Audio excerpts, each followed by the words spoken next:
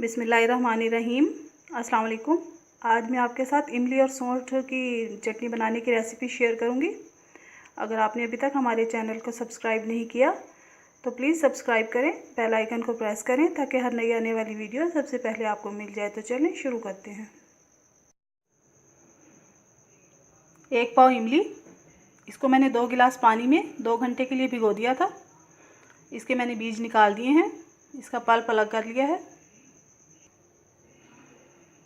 2 teaspoon मैंने ली है सौंठ पिसी हुई, 2 टीस्पून ही कुटी हुई मिर्चें, 1 टीस्पून नमक, 1 टेबलस्पून भुना कुटा ज़ीरा लिया है मैंने, इसे मैंने ड्राई रोस्ट करके पीस लिया है। आधा किलो चीनी। अब एक देगची में जो है इमली का पल्प हम शामिल कर देंगे।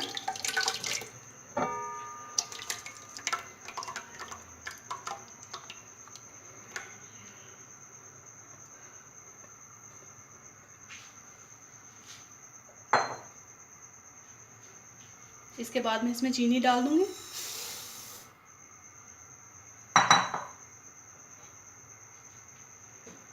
और साथ ही इसमें जो है कुटी हुई मिर्चें, नमक और ज़ीरा,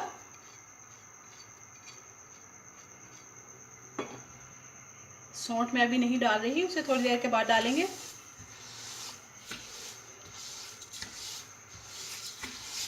अब इसको हम तकरीबन 10 मिनट के लिए पका लेंगे हल्की आंच पे।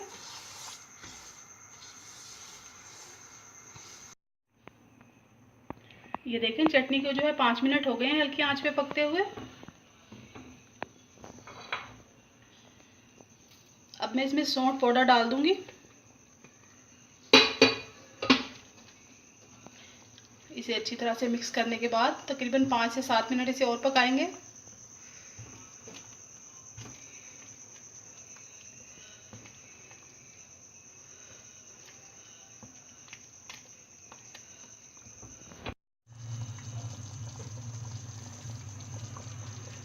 ये देखिए हमारी चटनी जो है तैयार है।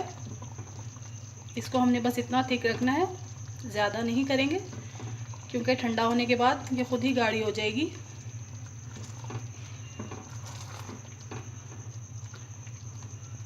अब मैं चूल्हा बंद करके आपको सर्व करके दिखाती हूँ।